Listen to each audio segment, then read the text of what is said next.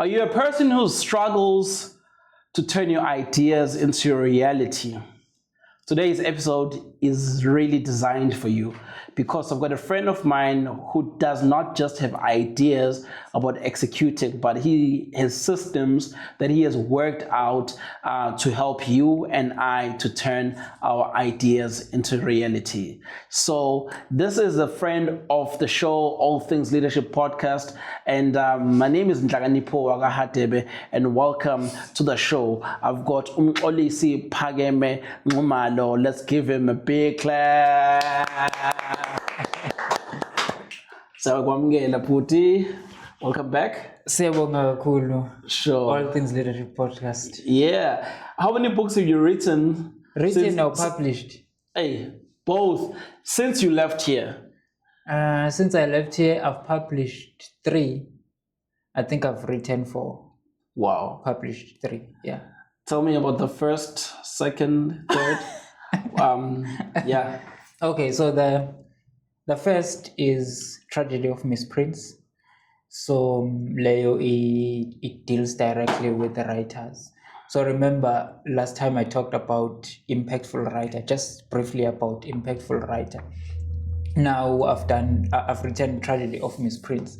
So that one is technical with communication as well as the text, how to structure your text coherently, how to avoid things like verbosity, how to eliminate needless words when you are writing, how to ensure that...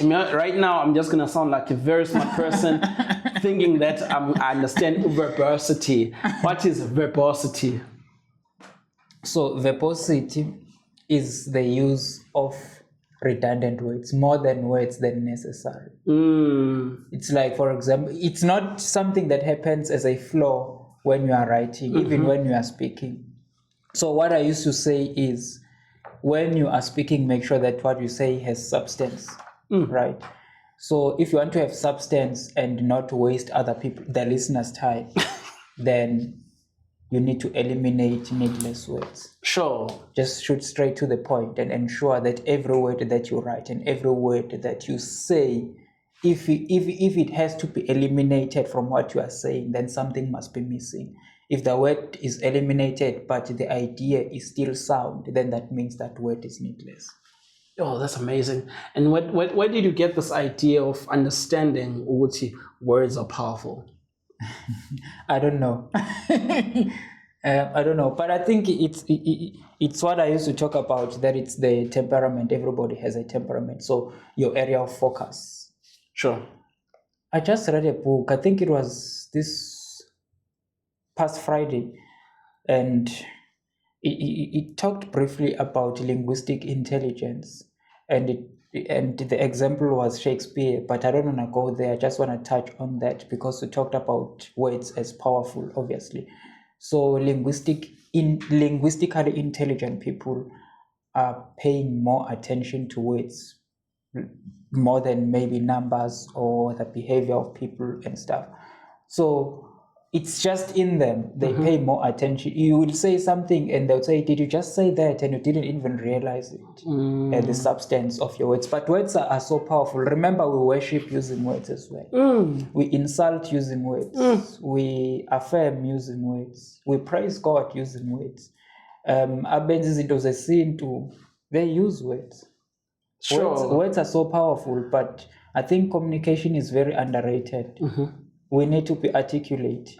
Yes, we need numbers, but we also need to be articulate. How can I train myself to be articulate? If you want to train yourself to be articulate, then you have to be a reader. It's very simple. You have to be a reader. And you need to be solving problems when you learn to write as well. You need to learn to be a reader and you need to learn to write. So basically, I read a book and then I journal what I learned from the book. Yes, but what I recommend is you don't use exactly the words that were used. You just read a book, maybe a page, then you try to summarize that in your own words. It can help you to be articulate. That's very interesting. And another thing that will help you also to be articulate, because being articulate doesn't mean just flowing with words, but it means your words have substance. So if you are articulate, then that means whatever you say. Yes, yes. So that means, for example, whatever you say, it is solution oriented. Yeah. No, it just reminds me of some videos that I see online of people speaking big words that they don't understand. Yeah. You know, and you even wonder yourself, what do those words mean? You know. Yeah. And what keeps you going as a writer, bro? What keeps me going as a writer? I think, man, it's what God called me to do. As much as calling is just the calling itself as a word is a very big word that I think it might be misunderstood by people. So when I say calling, I don't mean I will forever be a writer.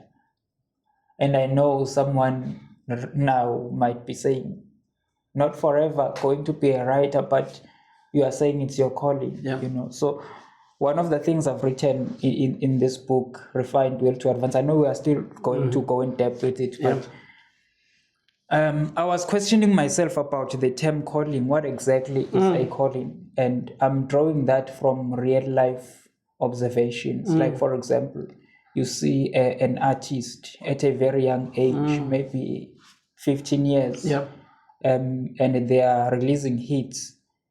15 years old, releasing a hit. If you say music is their calling, then when they are 50 and they are no longer producing music or producing hits, are you saying then still the music thing is their calling? And now what is a calling? Sure. Does it mean that something has to prolong for your entire life, or it can have seasons? You know, I don't have answers to that, but I'm just challenging anybody who uses this word to use it with understanding.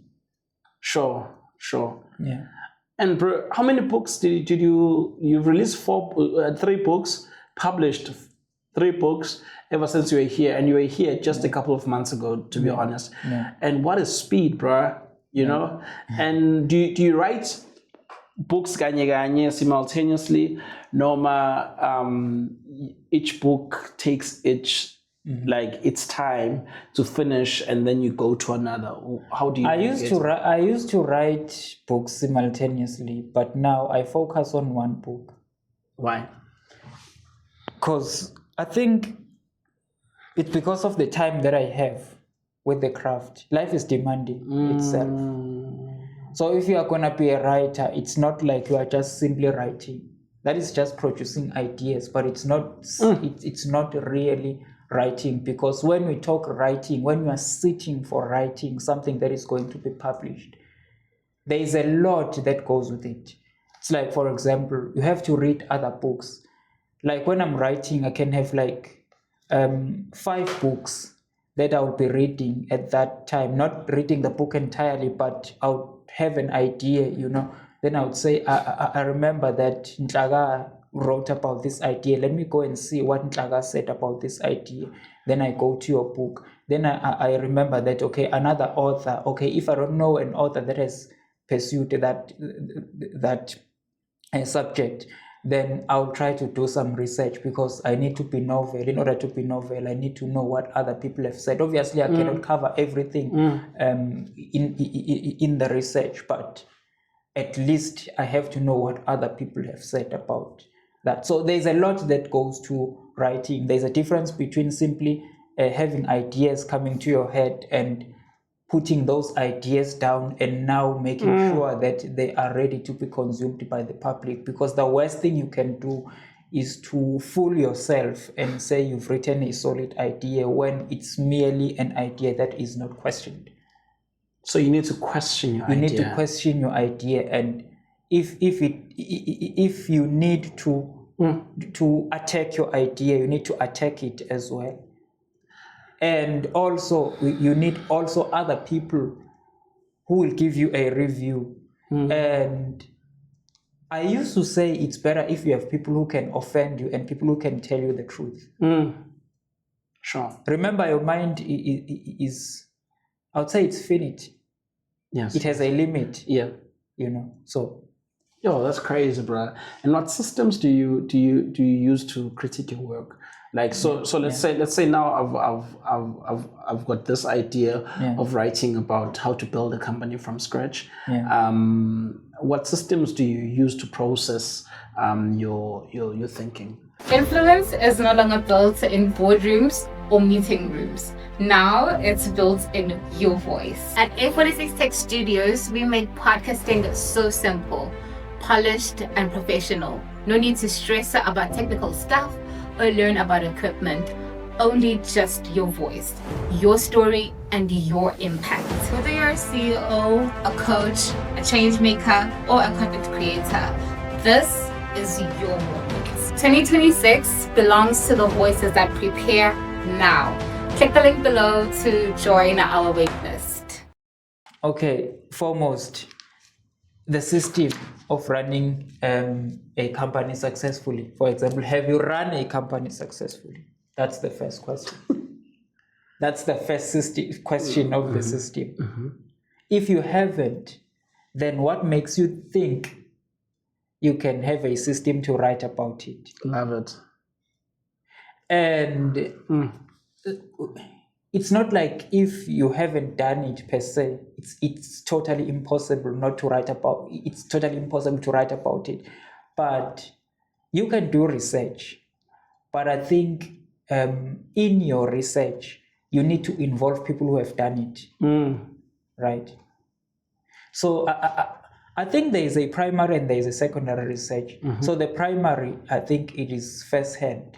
I think the experience can fit into that, you know. And then there's obviously a secondary. The one you can read Nxoli's book, you can read maybe Yaya's books. Well, he's our brother. So and you get the insight. Sure. Yeah, but the first of all systems is, have you done it? What makes you think you can tell people how to do it? It's one of the questions that I used to face. I've written a series about writing, and some authors would say, what makes you think that you can tell us how to write?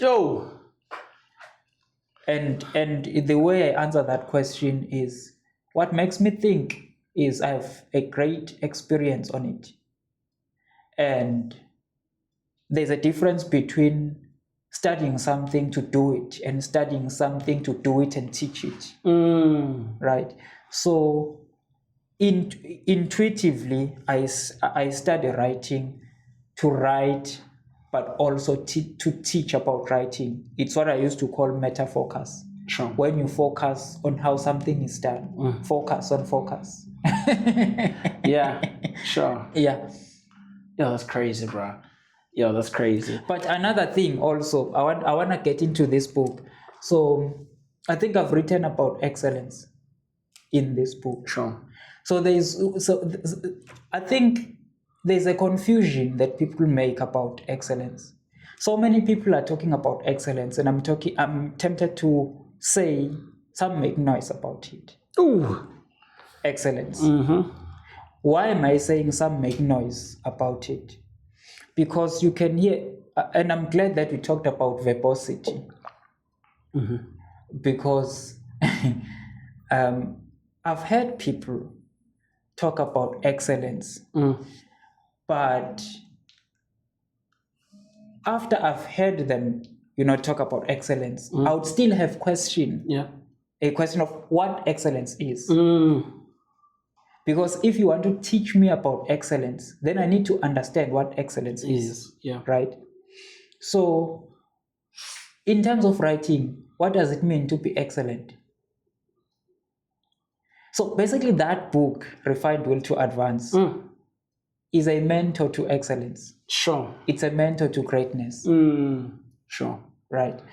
So, when I talk excellence, I talk something that can be quantified. Yeah. And it's what most people don't talk about, that excellence can be quantified. Sure. Because obviously, if you say excellent, somebody excels. So it's not something you can touch, right? But I used to say it must have measurability, right?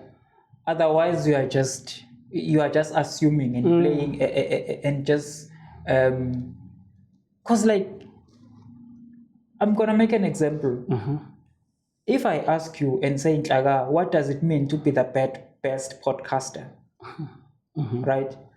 Then you need to give me specifications. That's true. Of that.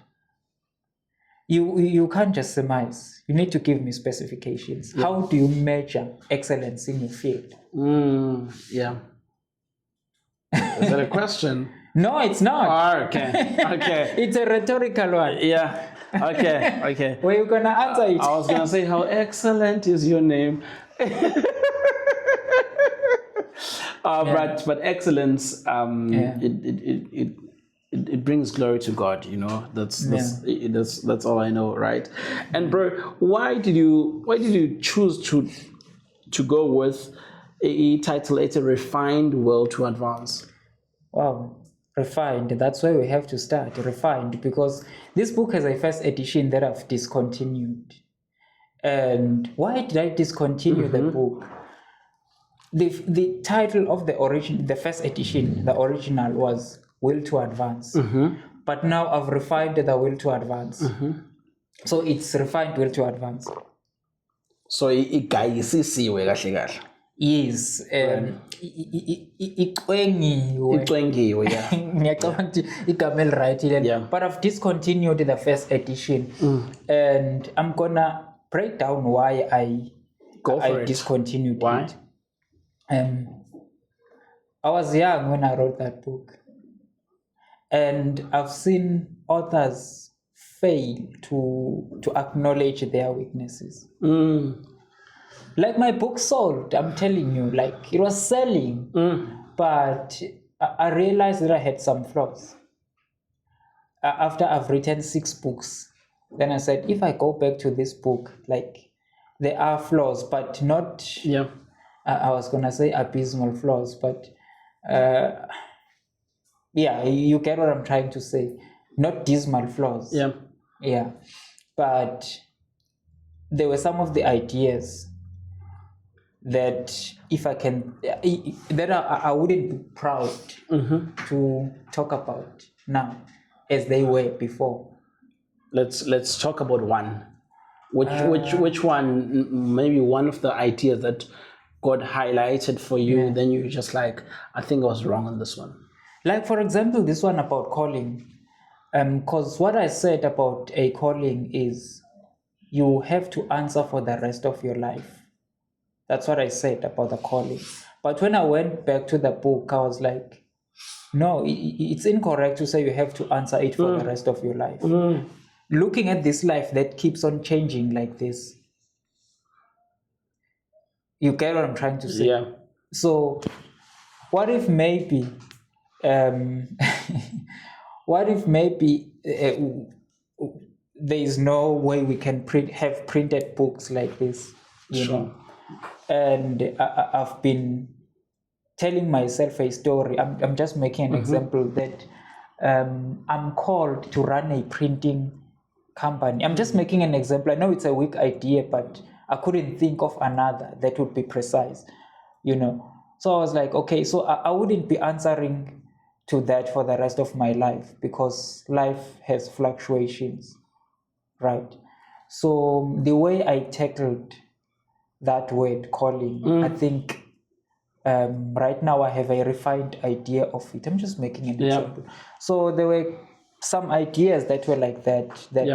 In fact, this weekend I was talking to a friend of mine, and as an academic, he said that there were some of the lectures that he wouldn't be proud that bro, but it takes humility, you know, to be able to say no, I did not do right in that moment, you know.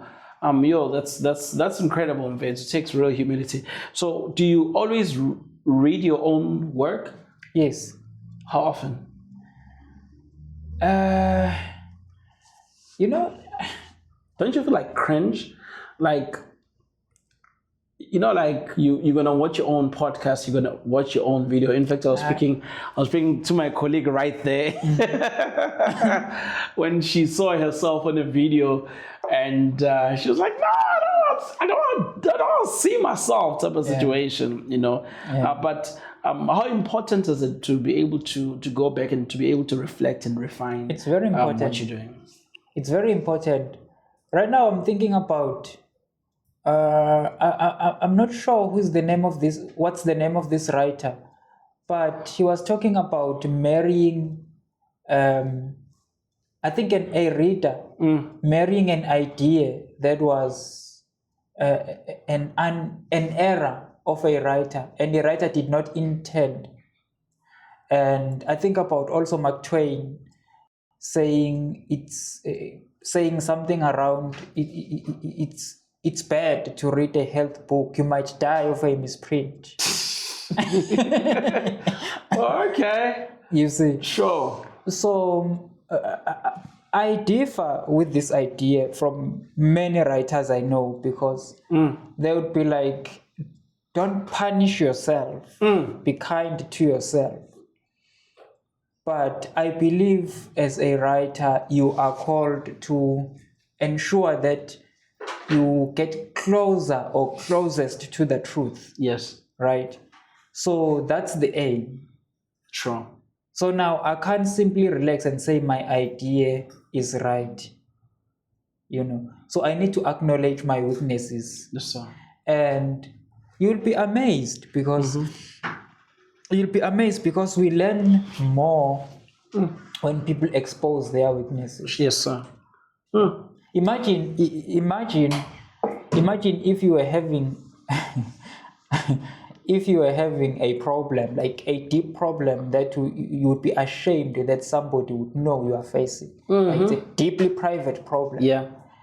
So that people are not going to talk about Yes, it, sir. because obviously they are going to be embarrassed. How?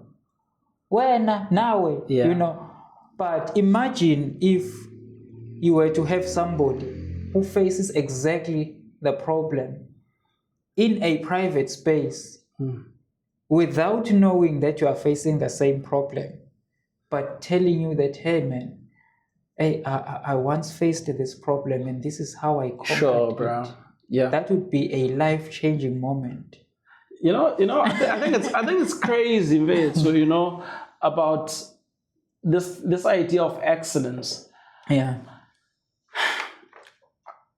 I think with the introduction of AI in our world is making us appreciate more of imperfections. What do you mean? So if I type on chat, right? I type, write me a book, like in Olisi Pangamalo, use his framework, Chat is probably going to produce that properly.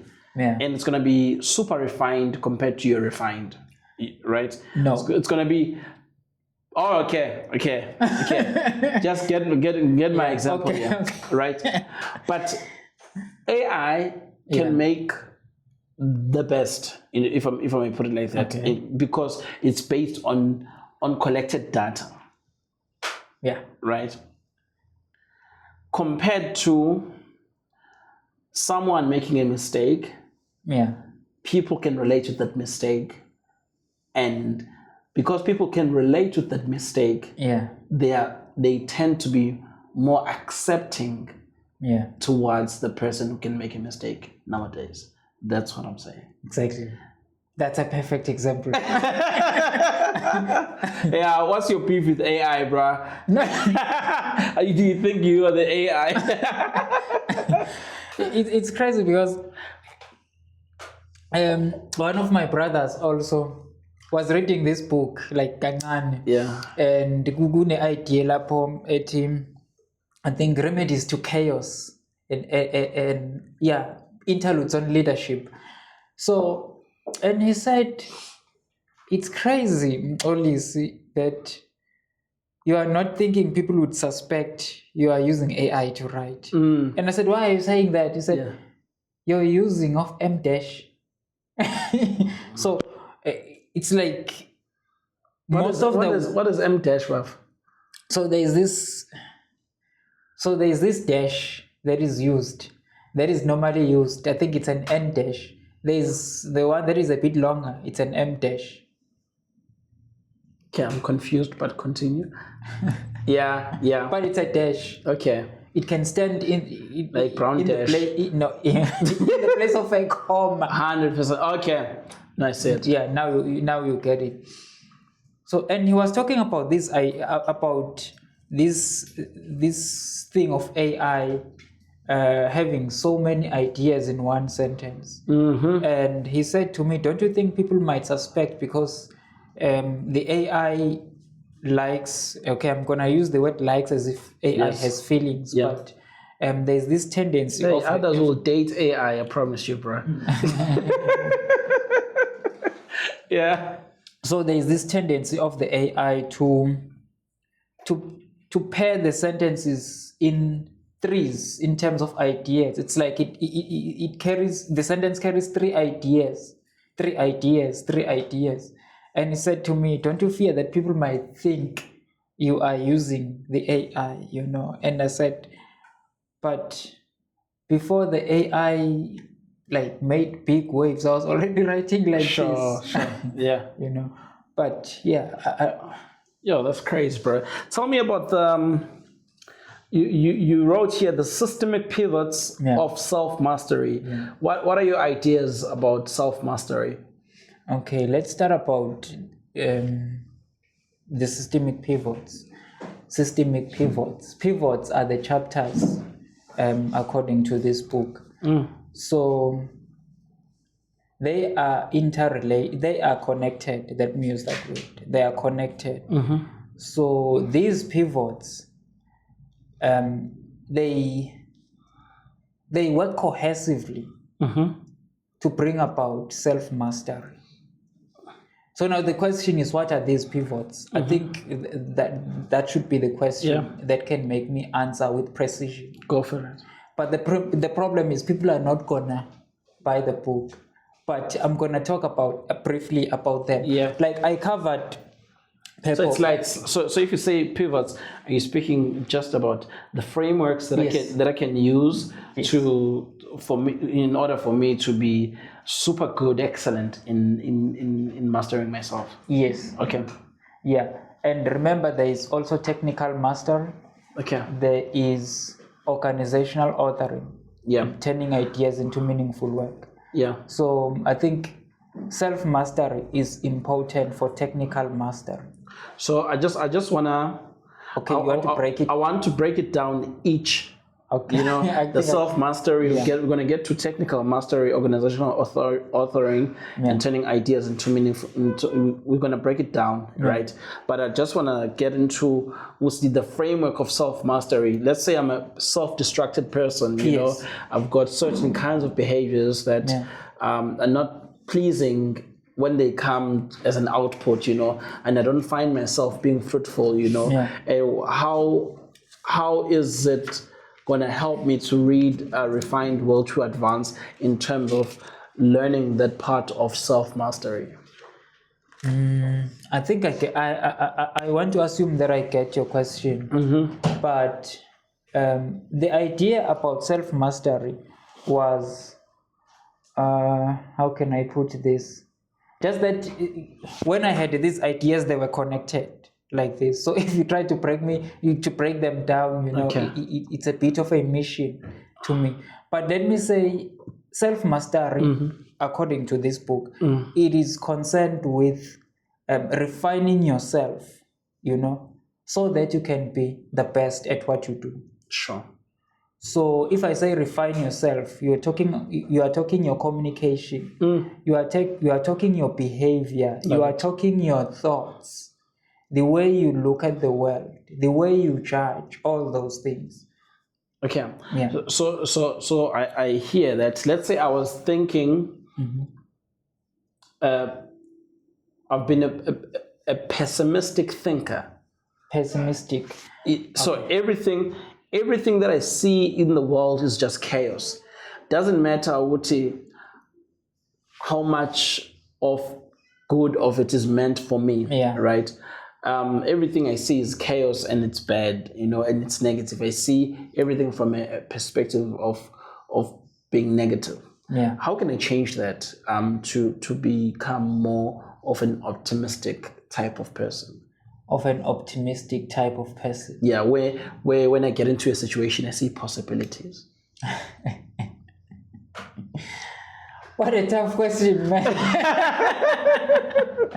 I'm just asking, man, because this thing has to change your mindset. Yeah. You understand? Yeah. So because you need to take me. You are taking me from one point to the other. You know, as a reader, and I'm trying to understand what if I'm battling with being negative and towards and talking negative. I think and talking negative towards myself. I think the most important thing about that to note is, why are you a pessimistic person? Because there could be different influences to that. It could be the way you were raised. You see, it could be the people that you spend time with. Yes, sir. So I think if we were to have a remedy to that, we would have to see, why are you a pessimist? Sure. Yeah, because there are so many people that are struggling with thinking of the worst about themselves, you know. Yeah. And let's get to. I think just on that, they speak the worst about themselves, but I want to believe that everybody has a good side of them, right? You just need to have the right people. So the community matters. Yes. Sure. It really does. Sure. And who is your community? Unfortunately, because you look like a very reserved kind of person. Yeah. But who are the people that like play a critical role in you becoming yourself? I don't want to credit people much. Yeah. I don't want to credit people much because I think most of the things about myself, I'm a very self-aware person, like crazily. And don't get me wrong, I have people who play a huge role, you know, in my life. But I think at least I know one, eh? Who? Your mom. At least I know one. Yeah. So I do have brothers, you know. I don't make sisters, unfortunately, but it's good to protect yourself, brother. Yeah. But I think another important part is having the people to gossip with, you know. It helps a lot. Yeah. Yeah, I'm being like I'm being crazy now. I think I do have people to gossip with, and when we gossip, we get to discover more of ourselves. But I think it's the right gossip, because it's like, for example, we can be a crowd here, but there will be those people that you connect with, that you share qualities with, you know, that are gonna pull you from the crowd and say, did you hear Nhlaka what he was saying? So now we are gossiping and we are, you know, but in a constructive way. Sure. You know. But yeah, I think I do have people who play a role. But I think it's just me being self-aware. Sure. Self-aware. Yeah. And I'm a very inquisitive person. Yeah. But in the right way. Sure. I ask myself difficult questions. That's good. I always ask myself, for example, why you talk to me the way you talk to me, and when you talk to somebody else, you don't talk like that. You know, I'm just making an example, but I'm a very inquisitive person. Like, people would say I'm an overthinker because I take something that is very small and I look at it as if like my mind is a microscope, you know, it just zooms it. Yeah, but it's good and bad, because on the bad one you look at things negatively, and on the good ones you look at things like extremely well. But just on optimism and pessimism, I think there is a good side about pessimism as well. Okay. I'm not sure if I would use the word skepticism. I think it's the right word, but it has to be to a certain limit. Influence is no longer built in boardrooms or meeting rooms. Now it's built in your voice. At A46 Tech Studios, we make podcasting so simple, polished, and professional. No need to stress about technical stuff or learn about equipment. Only just your voice, your story, and your impact. Whether you're a CEO, a coach, a change maker, or a content creator, this is your moment. 2026 belongs to the voices that prepare now. Click the link below to join our waitlist. As well, just as there is a bad side about being an optimist, and just as there is a bad side about faith. Yeah. And when I'm saying faith, I don't mean I'm attacking, Christianity. I'm Christian myself. But you don't have to have blind faith. Yes. You don't have to be... in fact, there is a model here. It's called the Trigger to Success model. Sure. So... Is that around the technical mastery? Yes. Trigger to success. Yes. It's more about... Sure, bruh. I like that. So it's like, yeah. So there's something that triggers an idea, Yes. Trigger to success model. So you can imagine the whole process to success from the trigger. What does it take to reach to success? So part of the trigger to success model is the rational interrogation with yourself. Yeah. It's like, you don't have to indulge in your passion. They would say follow your passion. But, and it's crazy when we think passion, because it's something that needs to be questioned. Yes, sir. Especially in the chaotic world that we live in. And looking at the realities. I'm just going to make an example. Being an author. When I started being an author, I sweated in another field in order to give life to my purpose of being an author. Sure. And a writer. So imagine if I didn't question my passion, and if I didn't question how I was gonna keep my passion alive. It was not gonna be alive in the first place. Yeah. Because I would be extreme to my passion and say, oh, I'm passionate about writing. Then I would start writing and assuming that I'll write and books will just sell. Yes. But there's this rational interrogation with yourself, and there's a research and analysis part of this trigger to success model, whereby you say, I've questioned my passion, I've questioned everything, but now let me do research about this passion. Is it even relevant? Sure. Like, can people buy this idea? Will people buy these books? Do they need these books? You see? So that is part of... I think it's quite an interesting thing. So imagine if I were to be extreme to optimism and simply say, oh, I'm talented, I'm super talented. Then I forget about other realities. Then I just focus, on writing and trying to, and hoping, So yeah. Yeah, it's crazy, bro. Has it ever happened to you that you write a book years back, it doesn't sell, and then a couple of years later, people catch up into the idea that you've written? I'm not a commercial writer. That must be clear. So my work is for certain people, and I've accepted it. So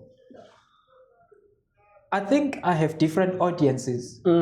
One person would resonate with Will to Advance. One person would resonate with the refined Will to Advance. I have different audiences around my books. So it has happened that I write a book, and especially with the Limitless Enlightenment, I've been struggling to sell when it comes to that book. Yeah. That book. it's not selling, man. Sorry, man. Sorry, please buy, guys. It's not selling, man. And I was reading it. I think it was on Friday. I was reading this book, and I was like, in fact, I used to observe life and observe people and be like, if I can give this person limitless enlightenment, this part of this book, it can change their lives. That's one book of truths, my good brother. So many things I observe, and I just wish that people read that book. Sure. Because it's based on observations, but it goes back to what you were saying. It goes back to what you were saying about the book that is not selling and struggling. So I'm not a commercial writer. So Limitless Enlightenment, the way it's written, is it's philosophical. And once something becomes like you say limitless enlightenment, and somebody say, what the hell is that? But I can't shrink. Because where you shrink, you don't belong. Yeah. Bro, do you think we are becoming more illiterate as a society, especially in the South African context? Yep. And what are some of the contributing factors to that? Let me talk just the way that you observe things. Okay, let me talk about AI. AI, yes. Yeah, let me talk about AI and my field of writing.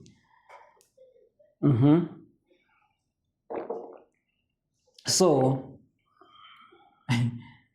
it's about how you probe, right? When it comes to AI. Now, as a writer, for example, I'm just gonna make it as if I'm writing using AI. So if I'm a writer who writes with AI, and I know my shortcomings, that my English or my isiZulu very poor. Yes, sir. So if I'm gonna use the AI, okay, I'm gonna zopatanisa isiZulu sami noma English yami. But obviously there might be AI, trying to perfect everything. Or let me just say, mhlambe ngibhalelwe yona AI, uma sengibhalelile, that doesn't solve a problem about me. Well, I can sell, but it doesn't solve me. That's the problem. I'm still not literate. Sure. That's the problem. So it's like you are using a tool that does not help you. But you think it does not fix you. Sure. But it solves your problems. Yeah. But it does not fix you. Yeah. Yeah. Sure. And bro, how can we empower our young people to be able to be readers? Because when you were inspired by your mom when she I'm gave glad you remember. Yeah, I remember. She gave you books to solve problems, How can someone who's watching this episode and they're really struggling with reading themselves, to be honest, how can they empower themselves? Empower themselves. I just don't understand why a person would say, like, for example, they're lazy, because I get that a lot. A person say, I'm lazy, I'm too lazy, why can't you discipline yourself? It's like, if I have to eat, I feel that I have to eat. But I think it begins with the culture. It begins with forcing yourself to it, creating a discipline around it until it becomes a part of you. Come on. Yeah, I think that's the first antidote to laziness that I can say. Just create a discipline and force yourself. That's cool. Force yourself to it. Yeah. And force yourself to reading something every day. Sure. Yeah. Yo, bro, that's crazy. And another thing that's important, just on that, this reading thing is a culture that has to be instilled at home. Yes. Unfortunately, parents don't read, but they expect their children to read. So do you think it was better when parents came back from work and they even read the newspaper? No, not the newspaper. Yeah. Reading, yes, it's good to read, but not a newspaper, man. It's not something that can advance you. Sure. You will just learn the language and what's happening, not to be cognizant per se, but to be aware of what's happening. Yeah. But there's a psychological part of it as well. But read books. Sure. Yo, that's amazing, bro. So if I've got an idea right now, Yeah. right, and I want to turn it to meaningful work, Yeah. right? How can I do that right now? Yeah, so there's a model that I covered. It's called the trigger to success model. Yes. Yeah. And these pivots are connected. So it's not something that is very easy to just, unpack. But I think you have to be purposeful with everything that you do. Sure. That's number one. Purposeful. You have to be purposeful about everything that you do.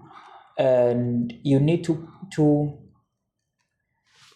ask yourself why before you act. And I'm challenging everyone in this room. Before you act, ask yourselves why. Why? Otherwise, postpone that action. If you haven't asked yourself why, then postpone that action. You will see it will change your life. Sure. Just make it a rule that if even if I want to retaliate, somebody does something bad to me, and I retaliate, and I want to retaliate, just ask yourself why. And above that why, just ask yourself, are you proud of that why? How is it gonna be? How does it make you look like that why? You see, are you proud of it? What value is it gonna contribute to somebody else? That's very important. Just defer any action that is not driven by your understanding of why you are doing it. What is going to be the value that you are going to contribute to somebody and to yourself about that? And how is it going to make you appear? Yo, that's crazy, bro. And I said it's the pivot of clear purposefulness. And I said purposefulness, not purpose, because there's a difference. So there's purposefulness, then there's purpose. So if you are being purposeful, then it's like it's in progress. You are being purposeful about it. That means you are aware and you are deliberate about it. That's good. That's good, bro. And how do you find these systems, bro? Like, I hear what you've got a framework that you're working with, right? Yeah. Take me to the engine room of Umxolisi. How do you come up with these frameworks? Is it just one framework, or is it just a different perspective of the framework that you already have? I think what happens, man, is when I observe things, we go back to the trigger to success model. I'm glad this model is so powerful, because whenever I think about something, it just points me back to it. So when there is a trigger, I ask myself why. Yes. When I ask myself why to that trigger, I'm trying to find problems and I'm trying to find solutions. Yes, sir. Right. So now I'm going to be brutal on finding different perspectives. Right. So that's how the systems come about. Sure. What is it that is related to this that I'm thinking about? Yeah. So. Wow.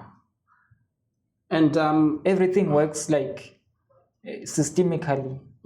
Everything is connected to another thing. Sure. Yo, that's amazing, bro.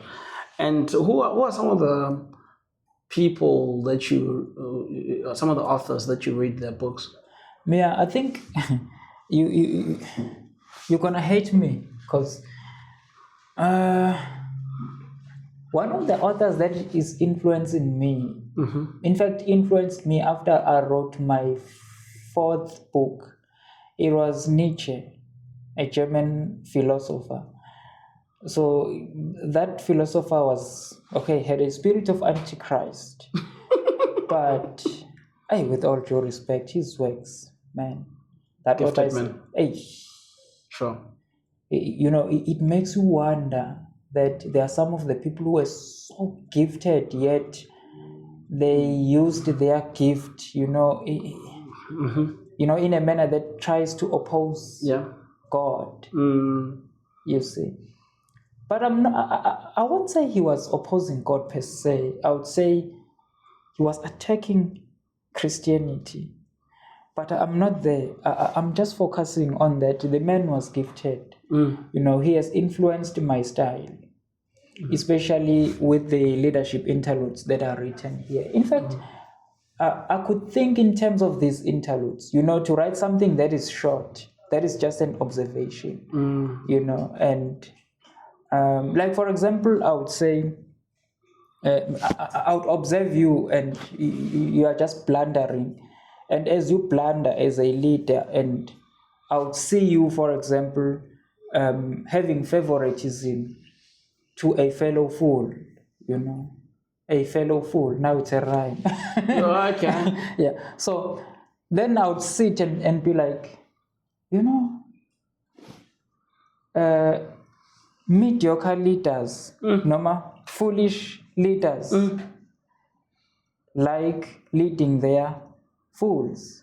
Every foolish leader likes their fools, So you see, it's an idea now. And it's a complete idea. Make no mistake.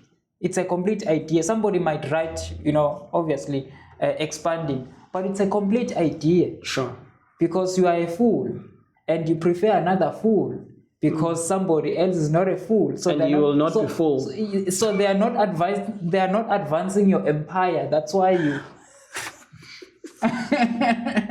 Yes. So that's the kind of style that this guy was writing in, Sure. Yeah. And it turns out that I was like that from the beginning. And I was like, somebody thinks like, Yeah. No, that's cool, bro. But I think what is good about it is that it exposes mediocrities. And I use these words deliberately. And I'll keep on quoting my friend because we had a very good dialogue with him. And he was reading the leadership interludes as well. And he said, you seem to attack using this word, mediocre. I keep on seeing this word in your books, And I said, because there are mediocrities out there and I'm so tired of it. Sure. You see. So if you tell somebody that they are mediocre, they're going to attack you because it's easy to be comfortable. Yeah. Oh, it's a trigger, bro. But where you are comfortable, there's a thin line between being comfortable and being mediocre. Very thin. Yes, sir. Yes, sir. Yo, that's cool, bro. Yeah. So lastly, where do we get your book? Where do we get Will to Advance? Here's a book. Here's a book. Yeah. So how can we get a hold of it? All social media platforms. Okay, at gmail.com because I can't share my number. Yes. Yeah. Okay, that's cool. But I thought you were going to be more like leadership. You can tell us your thoughts on leadership. Yeah. Just that there are so many thoughts, I'm not even sure what can we say so many thoughts, but yeah. Leaders. I think what's important is, in this world we see chaos because I think we have a crisis of leadership, man, that gave birth to the ideas that I wrote, and we do have a crisis of leaders. And I used to say there are leaders, and I don't want to say effective, transformative or transformational leaders. I'm just going to say, my model is based on either you are a leader or you are not, and they are compelled leaders, my good brother, and they are leaders. So if you are a leader, that means you don't depend much on counsel or being advised or being mentored. Yes, it's inevitable. You need it, but it's not something that makes you. Yeah. But it advances you. Yeah. But if you are a compelled leader, that means leadership is not, you are just not a leader, but you are forced by circumstances to lead. For example, you have to lead your family. It's a given. You have to lead your family. But now you have to have the right people to mentor you. Yeah. People who will be part of your council. You see, because it's easy to have this thing I call the accountability ceiling. And also you are going to hate me for this, because there is God as the ultimate leader, but some people won't have that connection with God, and they'd be like, I am the ceiling when it comes to leadership. And imagine if that ceiling is misleading, what's going to happen? Because we have people who are leading, and yet the ones who are following, they can't tell them. Yes. Who are they to tell the leader? So some of the leaders are beaten by the accountability ceiling. They don't have people to account to. Yeah. So I'm challenging everyone who is a leader that they need to have the right counsel. Very important. Yes. Very important. Even if as I said to you, it is important to have people to gossip with sometimes. Yeah. Interesting. Wow. So as a leader, get Will to Advance. Will to Advance is the book to get. Lastly, we're gonna do a little bit of an exercise. Yeah. Right. So I'd like you to use this prop What? to make a phone call. Are you ready? Let me know when you're ready. Pick it up. You ready to make a phone call? Okay. Right. So now you're gonna speak to Polisi Malo, that is 18 years old, and he's got some dreams, and you want to give him some advice. For 40 seconds. What would you say to him? You have a good potential, Olisi. I know they say you have great talent. You need to humble yourself and find the right counsel. Stay blessed, man. Find the right counsel, the right people, the right mentors who are like you, who will tell you the truth, who will humble you, who will tell you the truth even if it hurts you, but the truth. And don't run away from them because they are telling you the truth.